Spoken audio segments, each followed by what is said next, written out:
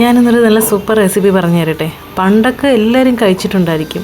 ആരുടെയും വീട്ടിലും ഇന്നും മീൻ ഇറച്ചിയൊന്നും ഉണ്ടാവില്ലല്ലോ. അത് തന്നെ ഒരു ചീനച്ചട്ടി എടുക്കുക, അതിനകത്തേക്ക് വെളിച്ചെണ്ണ ഒഴിക്കണം, എന്നിട്ട് കുറച്ച് കടുക് പൊട്ടിച്ചെടുക്കുക. കടുക് പൊട്ടി വരുമ്പോഴത്തേക്ക് നമ്മൾ അരിഞ്ഞു വെച്ചിട്ടുള്ള ഉള്ളി, ഞാനിതിനകത്തൊരു പകുതി ഉള്ളി സവാളയെ അരിഞ്ഞിട്ടുള്ളൂ. ചെറിയ ഉള്ളിയാണെങ്കിൽ നല്ല ടേസ്റ്റ് ആയിരിക്കും, ഇല്ലെങ്കിലും കുഴപ്പമില്ല. സവാള അരിഞ്ഞത് ചേർത്ത് കൊടുക്കാം. എങ്ങനെയെങ്കിലും അരിഞ്ഞാൽ മതി. ഇത് ഞാൻ കണ്ടം തുണ്ടം വെട്ടിയിട്ടേക്കാണ്. അതിൻ്റെ കൂട്ടത്തിൽ കുറച്ച് മഞ്ഞൾപ്പൊടിയും കുറച്ച് ഉപ്പും കൂടെ, നമ്മുടെ ആവശ്യത്തിന് ഉപ്പും കൂടി ചേർക്കുക. ഒത്തിരി ഉപ്പൊന്നും ഇടല്ലേ, നമ്മുടെ ആവശ്യത്തിന് ആ കറിക്ക് പാകത്തിന് ഇടുക. നന്നായിട്ട് വഴറ്റിയെടുക്കുക. കുറച്ചൊന്ന് വഴണ്ടി വരുമ്പോഴത്തേക്ക് നമുക്ക് ഇതിനകത്തേക്ക് വറ്റൽമുളക് ചതച്ചതോ അല്ലെങ്കിൽ 1-2 വറ്റൽമുളക് ചെറുതായിട്ട് അരിഞ്ഞു കൊടുത്താലും മതി. ഇത്രയേ ഉള്ളൂ ഇൻഗ്രീഡിയൻസ്, വേറെ ഒന്നുമില്ല.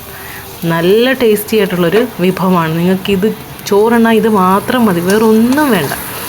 ഇനി ഈ ഉള്ളി വെന്തോന്ന് എങ്ങനെ അറിയുമെന്നറിയാം, ഒരു ടെക്നിക്കാണ് ഞാൻ പറഞ്ഞു തരട്ടെ.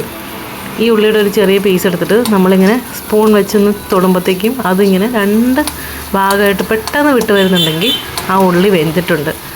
ഇല്ലെങ്കിൽ സമയം എടുക്കുന്നുണ്ടെങ്കിൽ നമ്മൾ കുറച്ചുകൂടെ വെയിറ്റ് ചെയ്യും. ഇവിടെ കണ്ടില്ലേ, ഇവിടെ സമയം എടുക്കുന്നുണ്ട്, നമ്മുടെ ഉള്ളി പെട്ടെന്ന് തൊടുമ്പം വിട്ട് വരുന്നില്ല.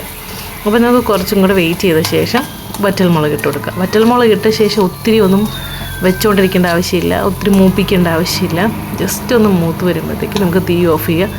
പിന്നെ ആ ബാക്കി തീ കിടന്ന് തന്നെ ആ വറ്റൽമുളകൊന്ന് വെന്ത് വരും. എന്നിട്ട് നമ്മൾ ഇതിനകത്തേക്ക് ചോറിട്ട് ഇളക്കിയാലും ഭയങ്കര ടേസ്റ്റാണ്. ചോറിട്ട് ഇളക്കി കഴിച്ചാൽ നല്ല നമുക്ക് ഇഷ്ടപ്പെടുന്ന ഒരു ടേസ്റ്റാണ്. കുട്ടികൾക്ക് വരെ ഇഷ്ടപ്പെടുന്ന ഒരു ടേസ്റ്റാണ്.